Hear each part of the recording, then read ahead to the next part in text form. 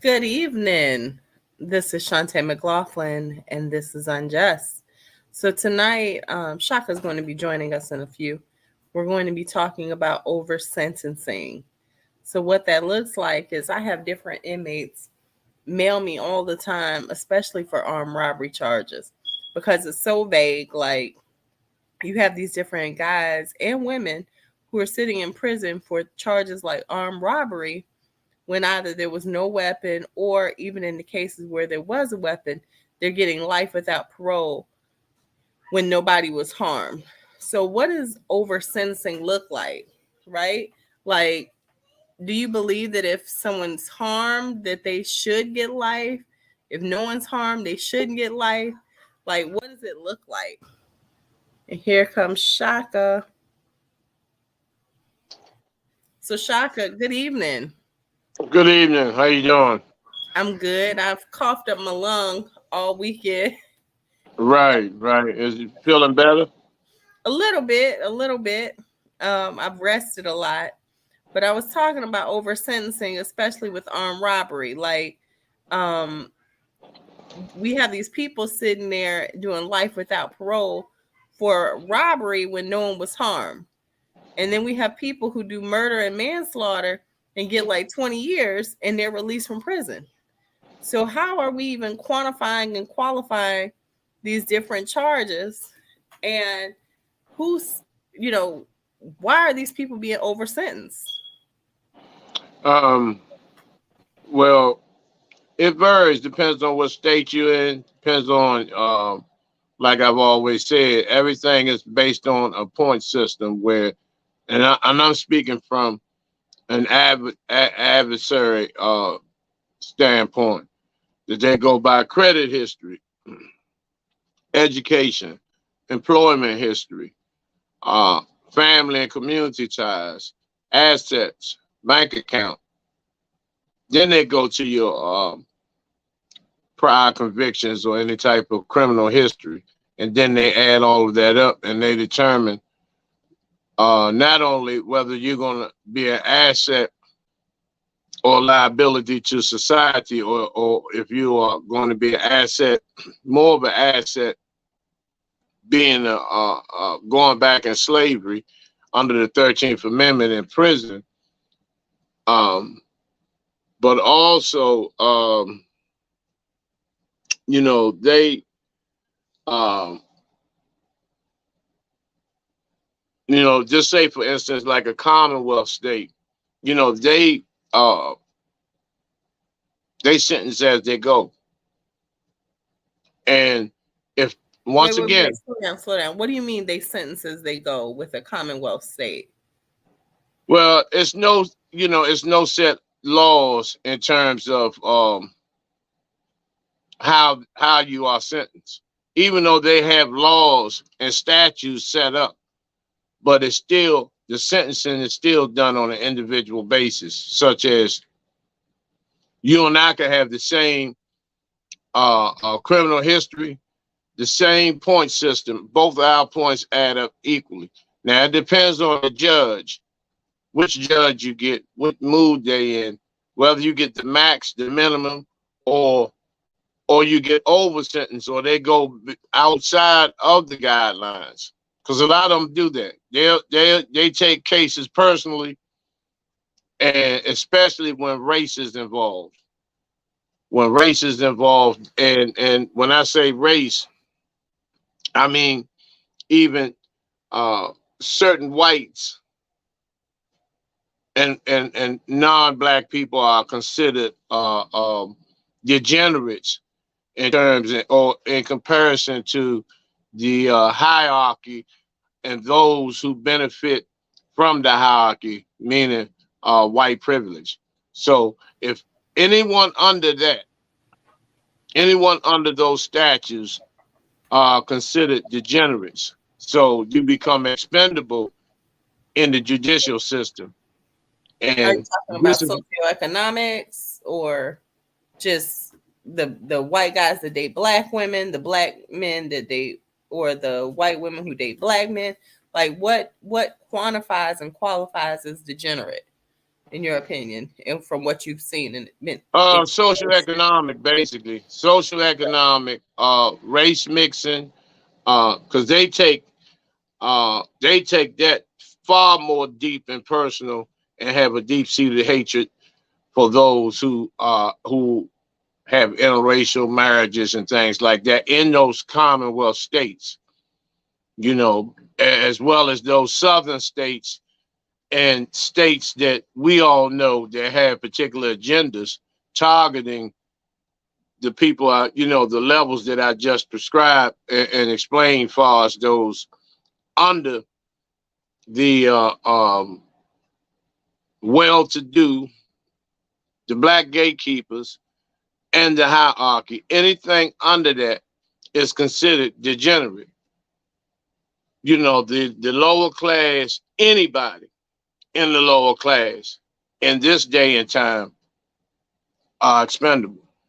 And so this is why I don't know how it is in Atlanta, but I know in the Washington, D.C. and Virginia area, most of the poor whites and white convicts, brothers that have been convicted, that have done prison time, most of them have those jobs as roofers and other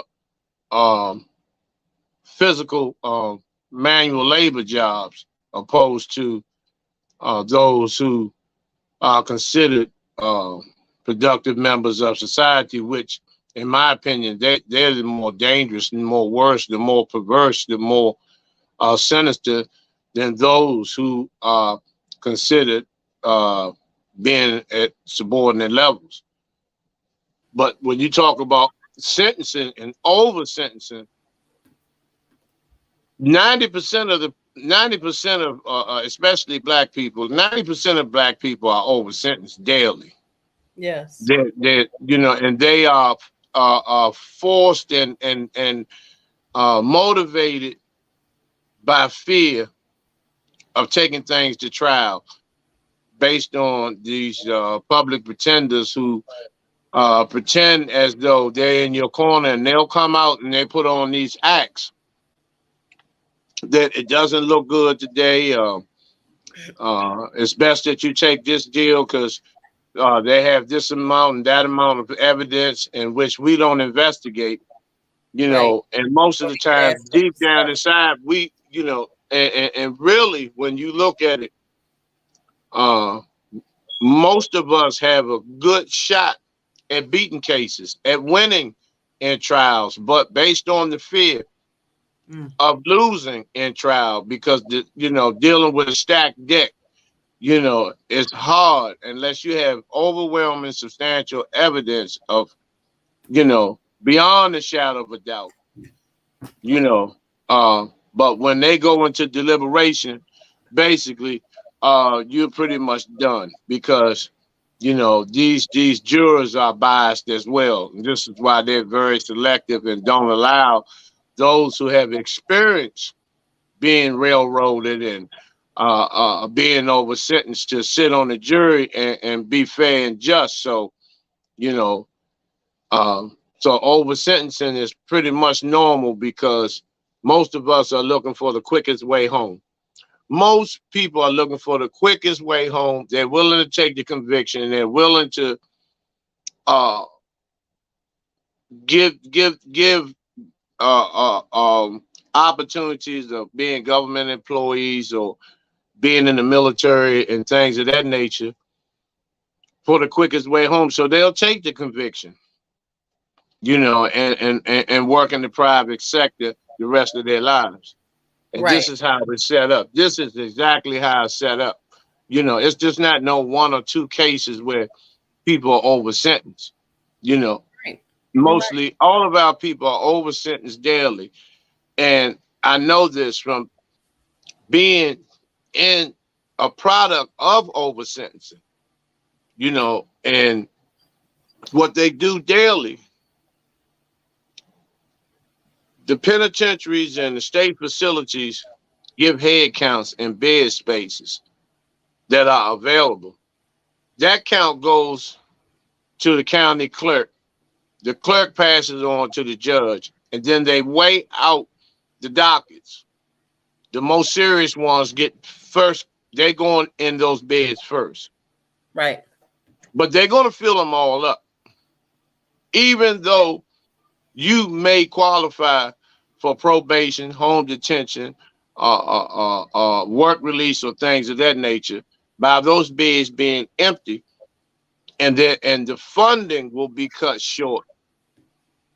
They have to fill those beds up, and Right. so it's a business. It's not, it's about good and evil, good versus evil, the poor versus the rich, um, the peasants versus the so-called royalty. So, Right. and once you're over sentenced, and I'm just talking from a personal experience that I didn't realize that I was until I got into the law libraries and began to study the annotated codes and case law, and realized what had happened. By that time, by taking these pleas, you waive your rights to appeals, and you may qualify, depending on your institutional behavior, a, a date for reconsideration in terms of a sentence reduction or what have you. But they know that 90% of the time that reconsideration will be is not going to be on the table because of the encounters that you may have in prison, which results in infractions, tickets, going in solitary, and things of that nature. So it's not even worth even applying for reconsideration when when they ask how your institutional conduct has been. Although you're in there standing on your own platform and being a true man and not just going for anything, um, that it's off the table. And so I know in Maryland, if you're caught 3 times, you can go in Walmart and get caught 3 times still in a leather jacket, and that's 25 years with no parole. Whoa, you said 25 years with no parole. Yes. Wow. Now I do know here, one of my friends, her husband went to prison. I think he was there for either 5 years or 7 years for stealing bleach. Oh. Bleach. Mm-hmm. And they go by and they get and see that goes and you go that goes as far as into the investigation where these corrupt cops will go into these stores and uh, uh, get testimonies and lies, force the employees to lie and say, well, this individual been in here for the last 3 weeks and we let him go and all this stuff, knowing he might have only been in there that one time. But this is how they build the case up. So it'd be justification to put someone away for years for some bleach, and once again, they go back to your assets, education, community ties, whether you have bank accounts, whether you have vehicles, family support, they go by all of that. And while you're in the detention center prior to being sentenced, they get a copy of your visitor list to see who came, how many times they came, how much money been put on your books. And see, that it's a reflection on people in the community or family support.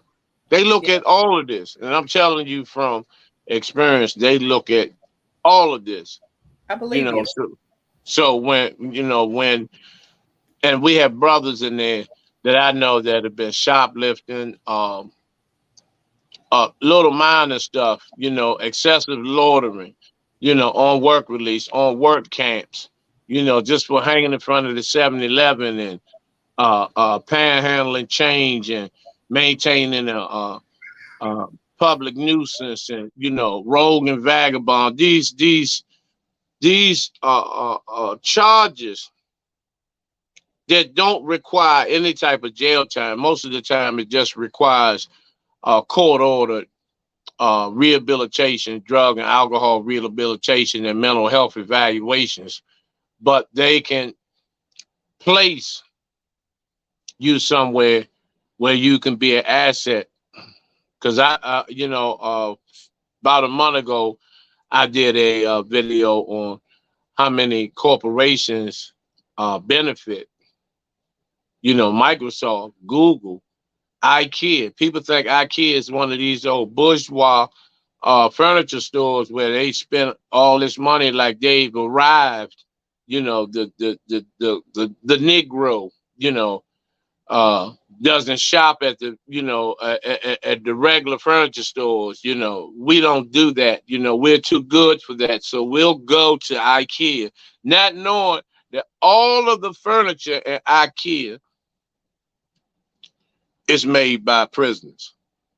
All of it. Wow, I didn't know that. All of it. All of it. I didn't know that. All of it.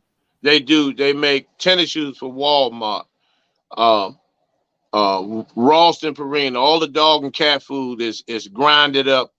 When they take horses, dead animals, and grind that stuff up and make dog and cat food, that's done by inmates.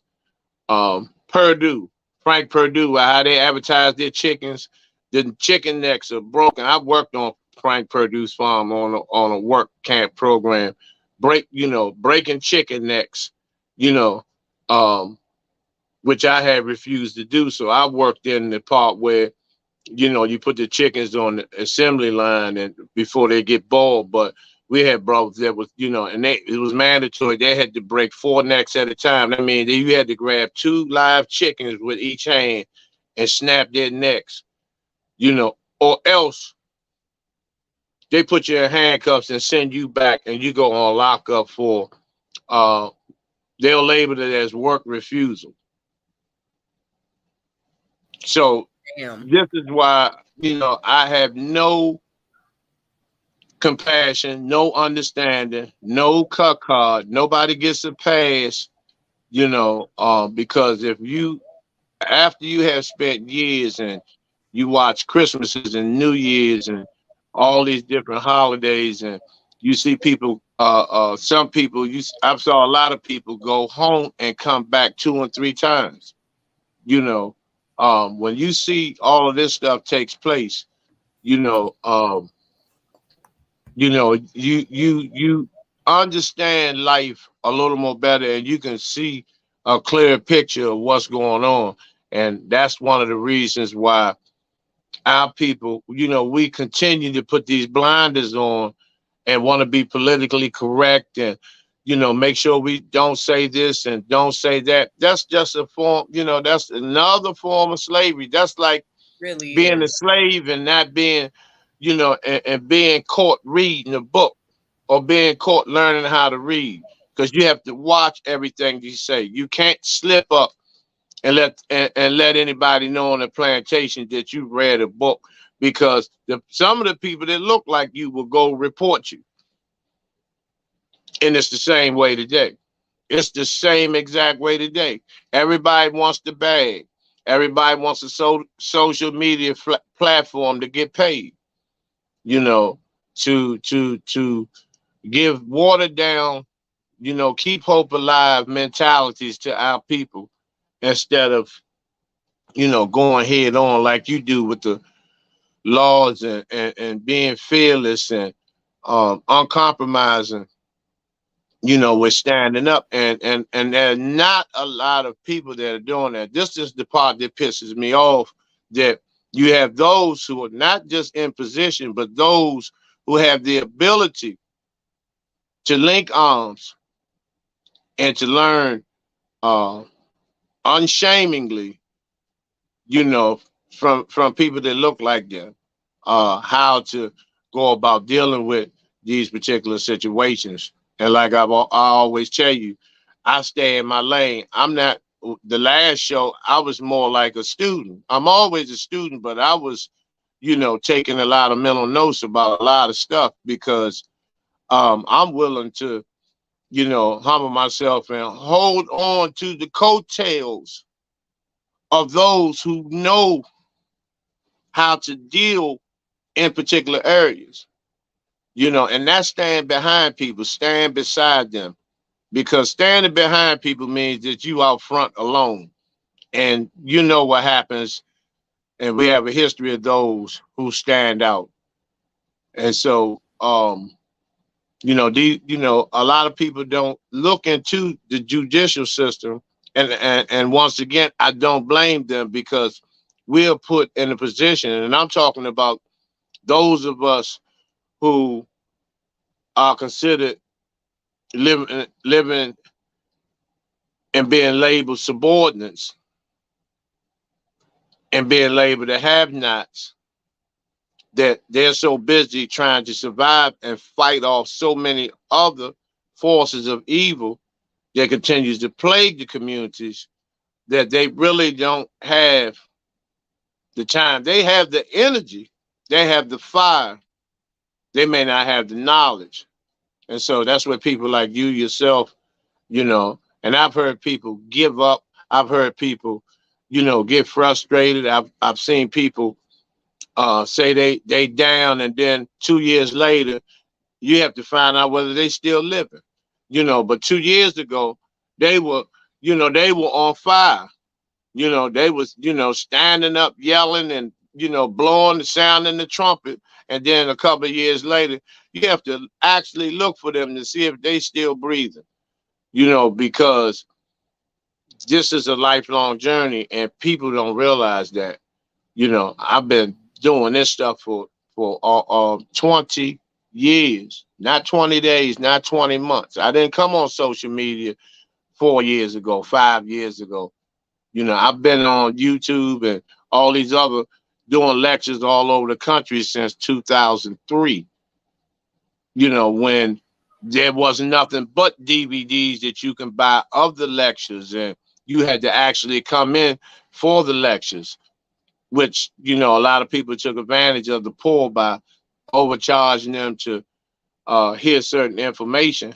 All of my lectures have been free, all of them.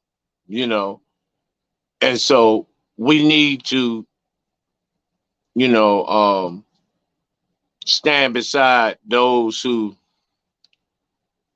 have been so diligently and like yourself, you've had experiences. We've all tasted the underworld. Yeah. We've all Yeah. hand danced and line danced with the devil. You know, and it's those who haven't had those experiences that think none of those experiences will ever happen to them, or they don't exist, or they're not possible. They have a tendency to continue to have faith and trust in this uh, criminal, unjust system, where the woman with the scales with the blindfolds, but she has Yeah. bifocals on. And then blind, she can see straight through that blindfold. One eye is open, so she can see which side of the scale needs the most weight to it. Shaka, you said a lot. And, I was remembering when you were talking, I was remember being at Georgia Regional. Excuse me for coughing and my voice. This COVID is kicking my butt. But Right. I remember being at Georgia Regional, and one, I had no one visiting me because all of the visitors, including my family, they were like, it's a violation of my HIPAA rights for them to tell them where I'm at. So I almost lost my son to DFACS. I almost lost a lot of my rights because nobody could find me. They just moved me to Georgia Regional one day, and they wouldn't tell anybody where I was at. And so the psychiatrist kept saying, just take the plea deal. You're not competent to stand trial, just take the plea deal. I said, for what? For criminal trespassing? You want me to take a plea deal for criminal trespassing? But she wanted me to take unmedicated, not stable on my meds, and they were trying to force a plea deal of 5 years for all of these charges of terroristic threats, aggravated assault, possession of a knife, and the commencement of a felony. And there wasn't even a victim attached to them. but they wanted me to take a 5-year plea deal.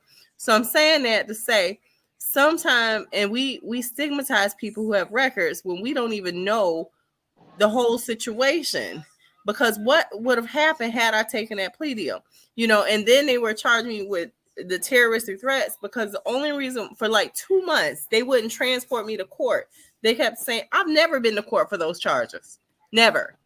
And they kept saying she's not competent to stand trial, she don't understand the severity of her charges, she's not competent.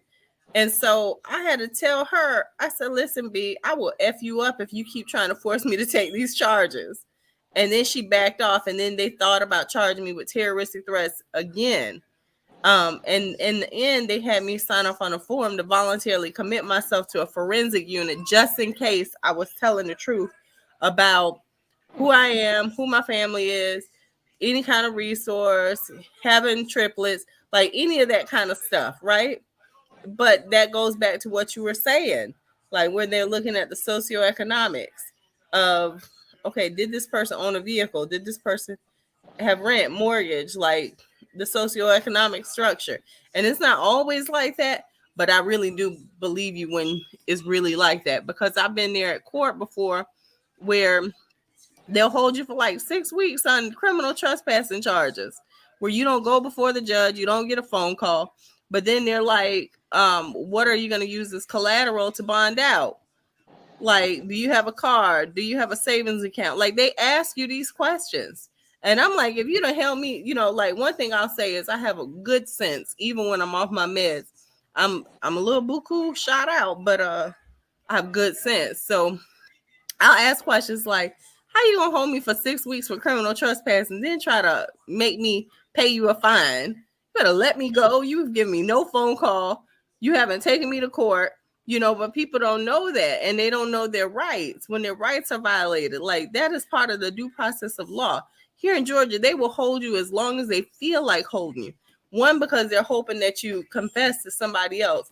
Like when I was at Georgia Regional, one of the other things that they did, they brought in nurses assistants, which looked like interns, these young girls and guys who are looking to be nurses, and they would come on the floor and ask us about our case. And I was like, I'm not talking to you about my case. I haven't even been to court. If I'm facing 20 years, last thing I'm going to do is talk to an intern about my case and about my charges. And they come around like 3 or 4 times, and they almost label you as disruptive, unruly, if you don't want to talk to them. But you got to get to the point in life where you just so tired. Like I didn't wake up one day. No, I did. I woke up one day and I was radical. And I say it like that because I got tired. Well, until you get to the point of being tired of the way that the system is designed, you'll probably stay with your feet planted in one spot and not do anything. I got tired of watching all my friends go to prison. I got tired of constantly going to jail. I got tired of being harassed. I just got tired of it all. I got tired of having a college degree and a bunch of certifications and making more money up north than I was making in the South. I got tired of going to work doing the same thing as my white counterparts. I'm getting paid 13 an hour. They're getting paid 30 an hour, and being told when I said something, having my contract cut short. I got tired of all of it. And so when you start getting tired of it, that's when you start vocalizing and being verbal about it. Because until you get sick and tired, you'll let anything happen. If they say if you don't stand for something, you'll fall for anything. And I think in the movement, that's what it's really about. Like, what are you standing for? What is your truth? Can you be consistent with it? Are you scared to speak up? Like, what's the worst thing that can happen with speaking up? They kill you? We all got to die at some point. Right. Like, do you want to leave a life of legacy or a life of bullcrap? Like, what do you want to say that you did with your life? I shopped every day. I went to the mall and bought 6 pair of shoes each day. I hung out at the BET Awards. Guess what? I can say all of those things, except for the BET Awards. I used to get tickets and give them away and go sleep at my friends' mansions and stuff, right? But I was tired. Like, that lifestyle wasn't suiting me. I wasn't making the money that people thought I was making. Everything was fake. Not just me, but a lot of the people around me. Half of it was still drug dealing, prostituting, when you backstage and you watch some of your favorite artists tricking off with girls who are underage, like all of that. Like, and I was just tired of it. And I didn't, and I always say that my mental health and homelessness was my way out, because when I'm in a psychotic state or psychosis, there's nothing that I have to do or be.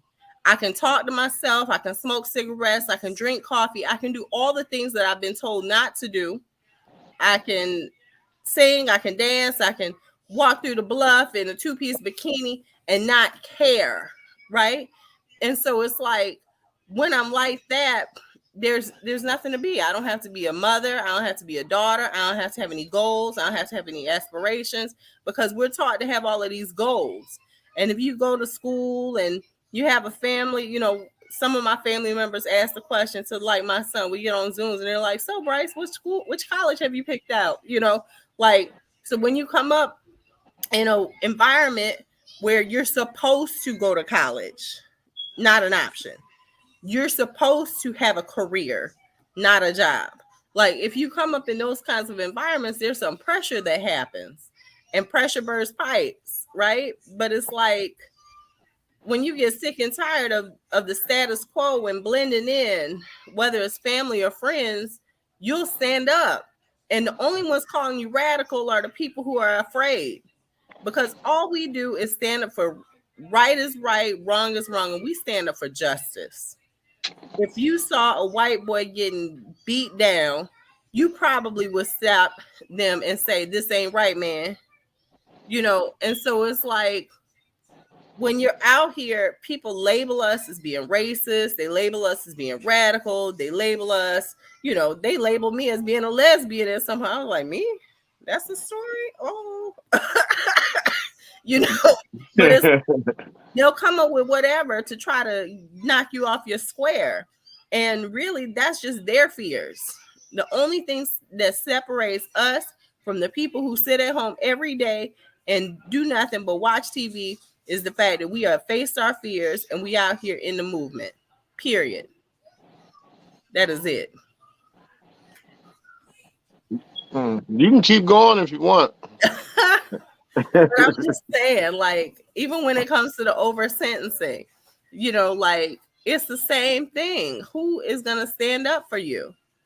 These people are going to prison doing life without parole, and they get these girlfriends on the outside who end up being their only advocates, because they don't have friends writing them. They don't have family writing them. It's like, I got a whole everything. That's from one inmate, who writes me all the time. And I had to introduce their family to people that can help them. Like I am one person and we can do this together. And I am one person. We gonna fight for them, but y'all gotta do something. You gotta get in this fight, because it's like, we losing too many people. We losing our men. We losing our women. They're sitting here taking the women, making them lesbians. They're making the men homosexual. And there's nothing wrong. I support the LGBTQIA community. I'll say that, because I believe some people are born that way and some people are made that way. You go to prison, you're in prison for 10 years and they rape you and they turn you out and everything else. And then you expect these men to come home and behave the same way that they were before they went in, or you send them to prison so early that they don't know anything else and they question their sexuality. These men are going in at 17 and 18 and coming out at 30 and 40 and 50. What else do they know? And that's the part of their life. So now when we have people not making babies, their sperm don't work anymore, and the women, the women go in and get so tired of men and the BS, like, it's a perpetual cycle, and there's no way to stop it right now other than to be a part of the movement and to be revolutionary. We aren't fighting the same fight that our ancestors fought. People think it's the same, but we're not. This ain't a black and white thing. This is a spiritual thing. This is the fact that people think that it's okay to oppress other people. This is the fact that people think it's okay to make people slaves. This is the fact that people think it's okay to pay people.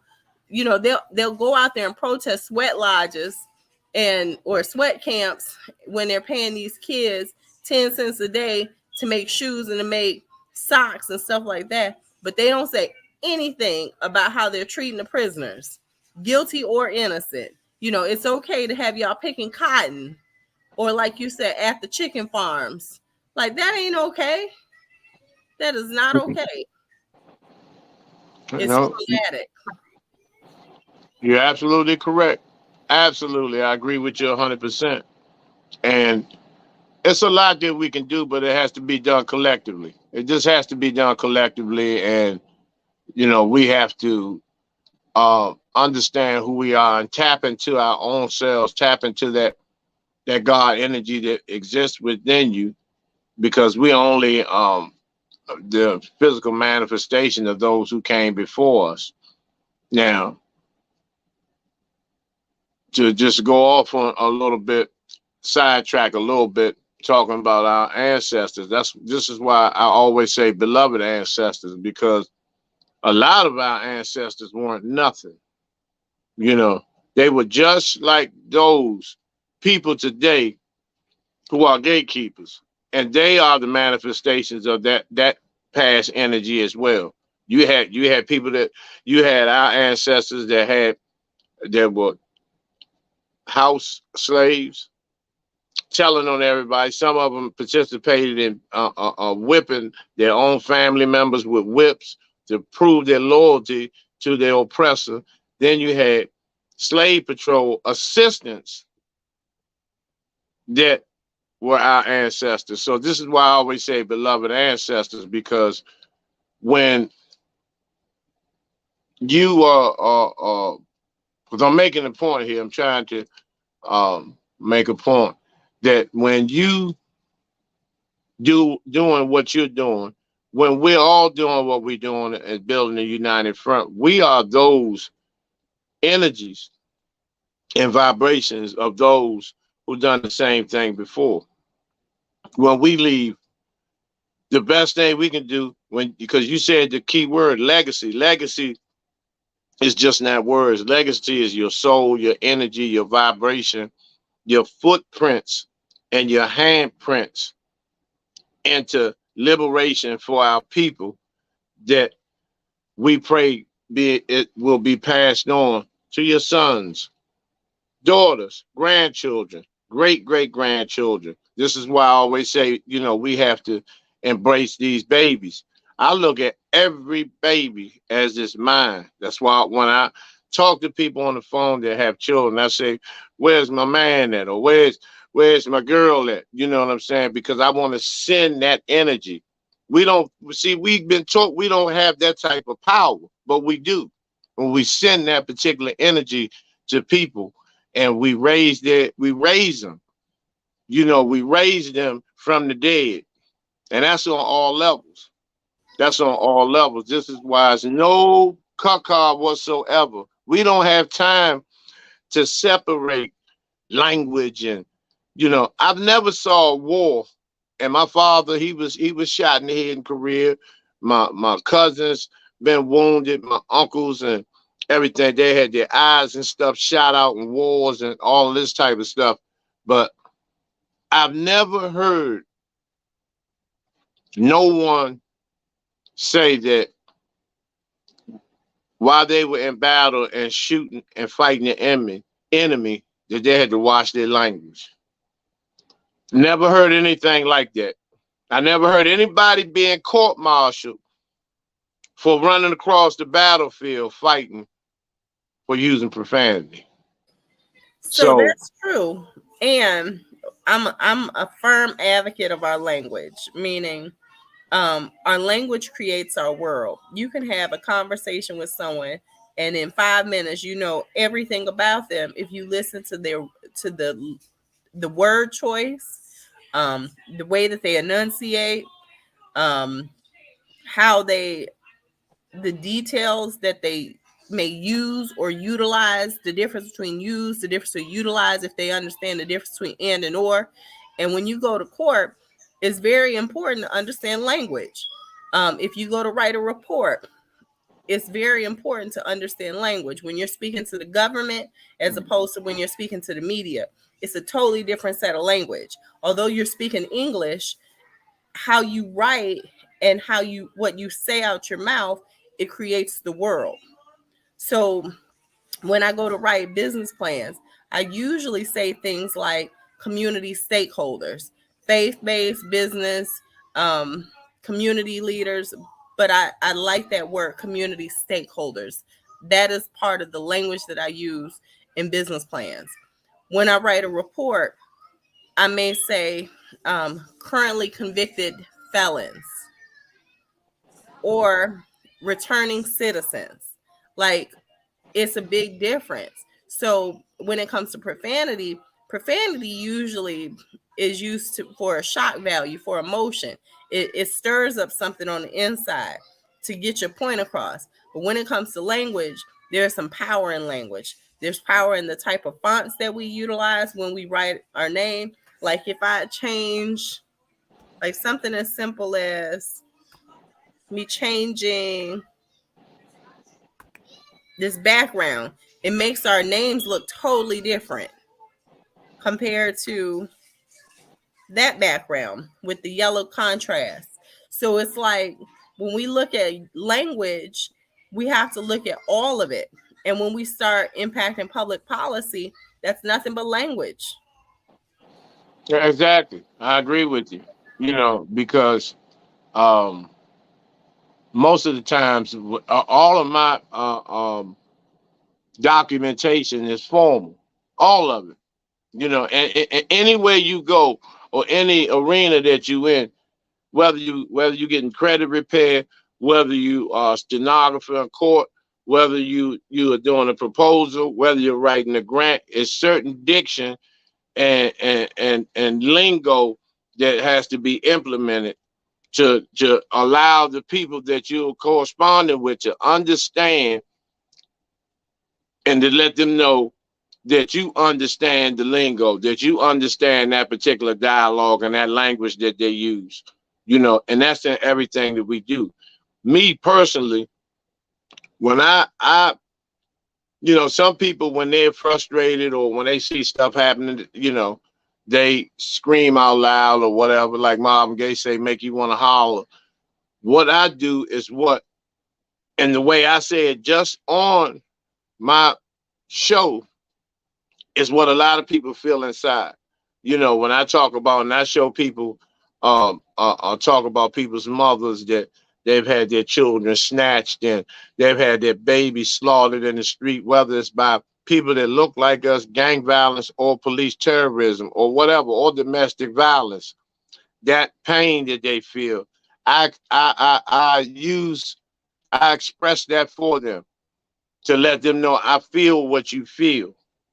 It's because it's no formal way to express that pain. Now, when I'm somewhere else or I'm making a speech, or depending on the format, depending on the arena, depending on the situation, the venue, the platform, or whatever, I'm able to blend in. I've learned that from I've done the Toastmasters and all that. I know about all of that.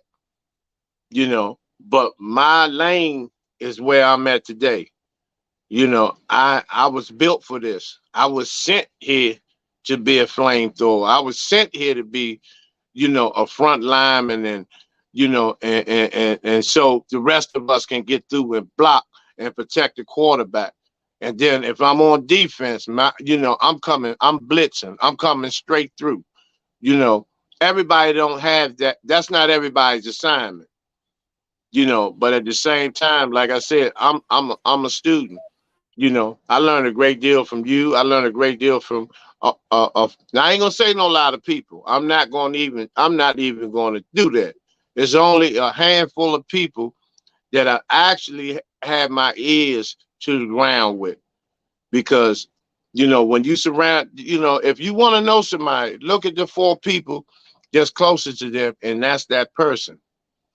I That know who is the that four people person. are that's the closest to me. I know hundreds of thousands of people, and I'm a loner. Gregory and Bryce, they're about the closest people to me. Right. But And see, but I'm gonna tell you this, and a lot of people that will view this will be able to attest to it.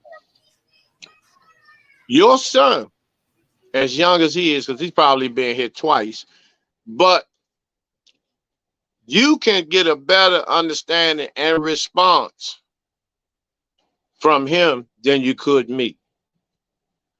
See, one thing, his spirit is more pure than the adults.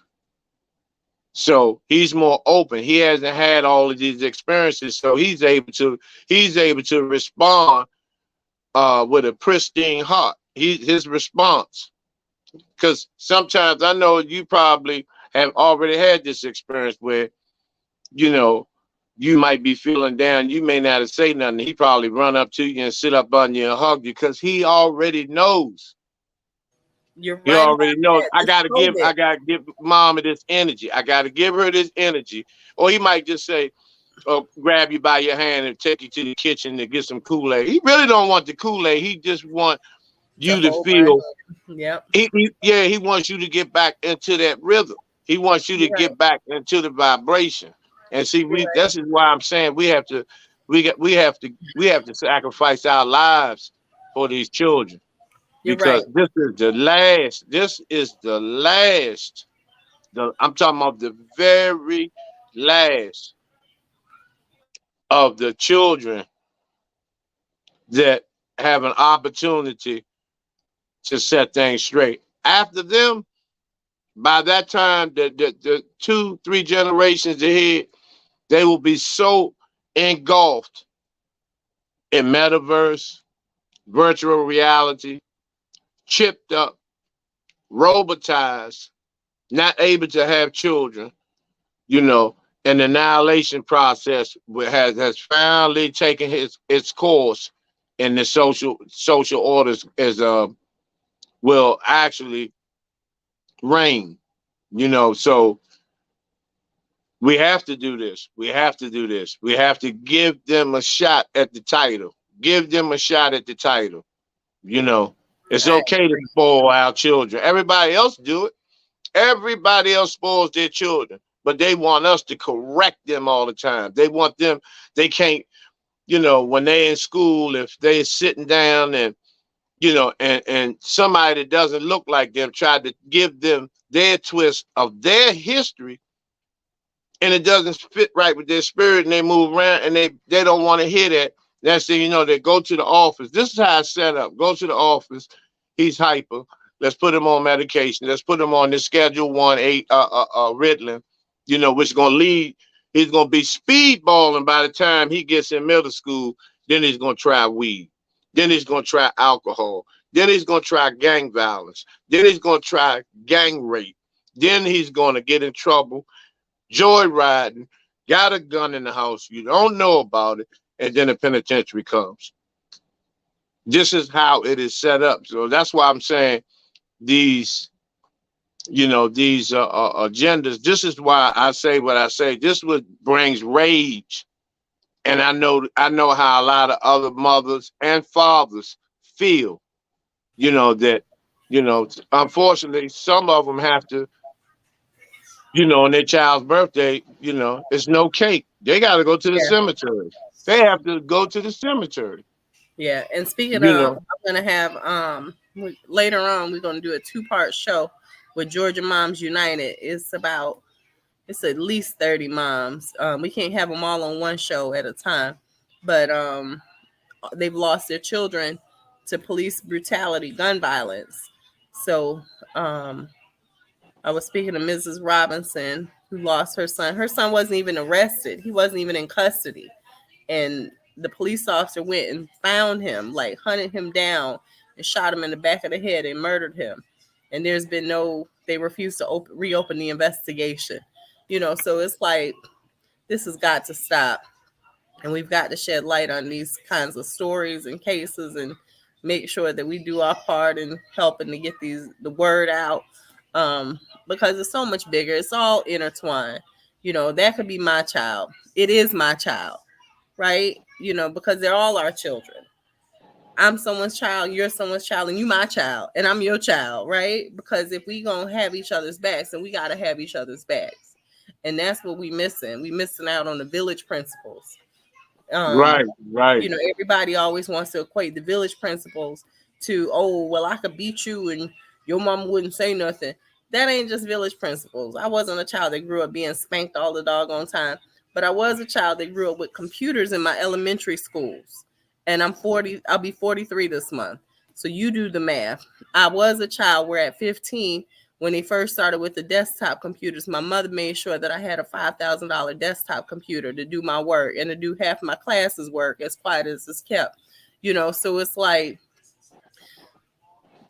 like getting us to the other side of the learning curve, and keeping us on track.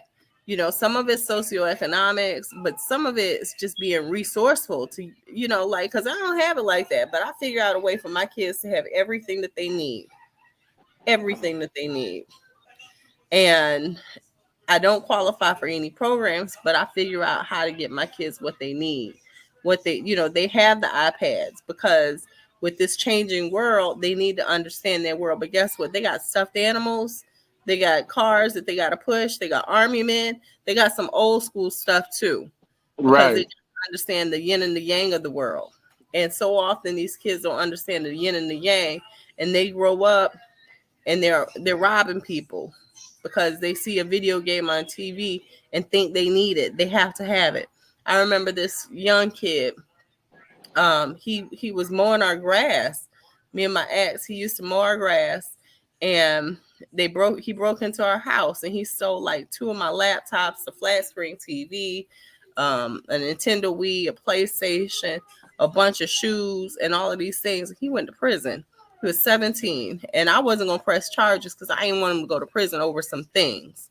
But he was from his family were illegal, and they deported him to Mexico. So could you imagine? And he ain't never lived in Mexico.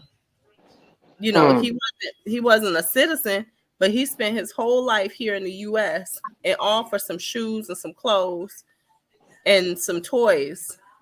You risk your life. So some of this stuff is harsh sentencing, and some of it is lessons learned. Like, damn, damn, we losing our kids to video games, either them sitting in front of them all day or them feeling like they need to rob somebody to have them.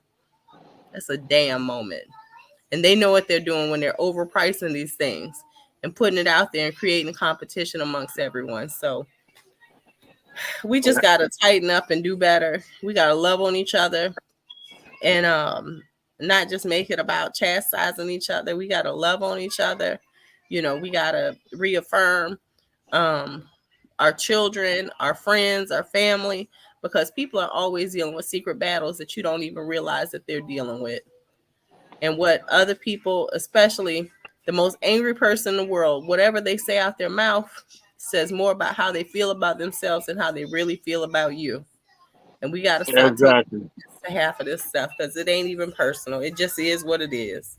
And, I'm grateful that you show up on this show because I learned so much from you. I think that you are an intellect beyond your years, beyond your youth. I thank God for your experiences so that there's a balance of the two.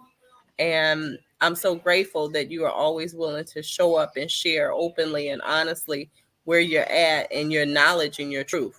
Because so often we get this knowledge and truth and we hold it in and we don't share it. And we wonder why society is like it is. Right, right.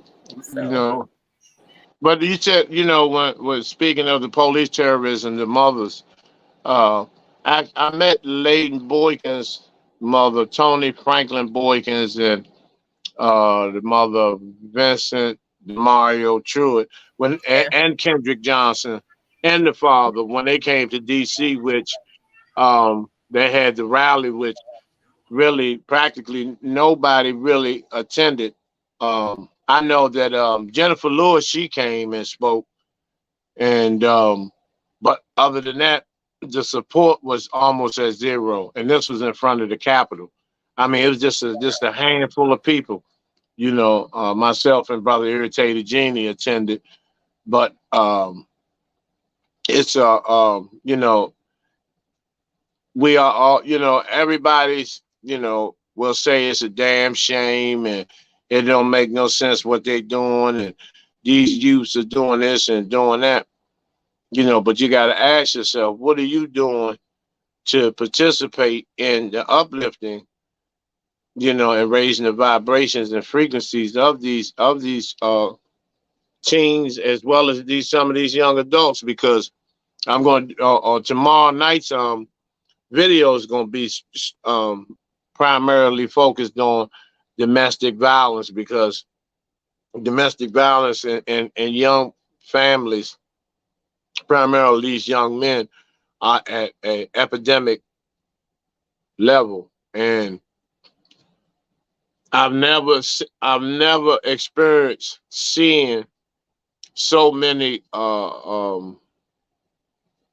young brothers and sisters taking each other out in relationships and marriage than ever before. And we have to find a way, because the solutions are very, very easy. This is why I know they don't want no change. You build trade schools, vocational schools, coding in every city. You get one in Atlanta, DC, you get them, and you make them mega size, you make them stadium size, where they can have CDL training, cosmetology, plumbing, HVAC, electricity, barbering, all of those things, and have scale jobs, union scale jobs pending completion, and then give them a stipend while they're in there. That will stop at least 85 to 90% of the violence in the streets, because there will basically be few people on the streets. And then that's when you deal with those that don't want to comply, that continue to want to participate in being a cancerous energy in the Black community. Then that's what prison is for. Those who refuse, to want to be a part of society on a productive and positive level. So you never hear any politicians talk about this, and I've confronted all the mayor candidates about this, and the mayor, none of them have, with the exception of one that, I can call him anytime, but the rest of them, can be bought. That's how I know this stuff is a game, and people that look like us are largely responsible for protecting, the hierarchy to keep us oppressed and keep us saying hope alive and Black Lives Matter and all of this type of foolishness that our people buy hook, line, and sinker every day. On that one, we got to go. We're 2 minutes over. Okay. Thank you. And you're right. It's our mass genocide. So thank you, power to the people. Thank you, Tshaka, for being on. And we'll see y'all next week. Yes.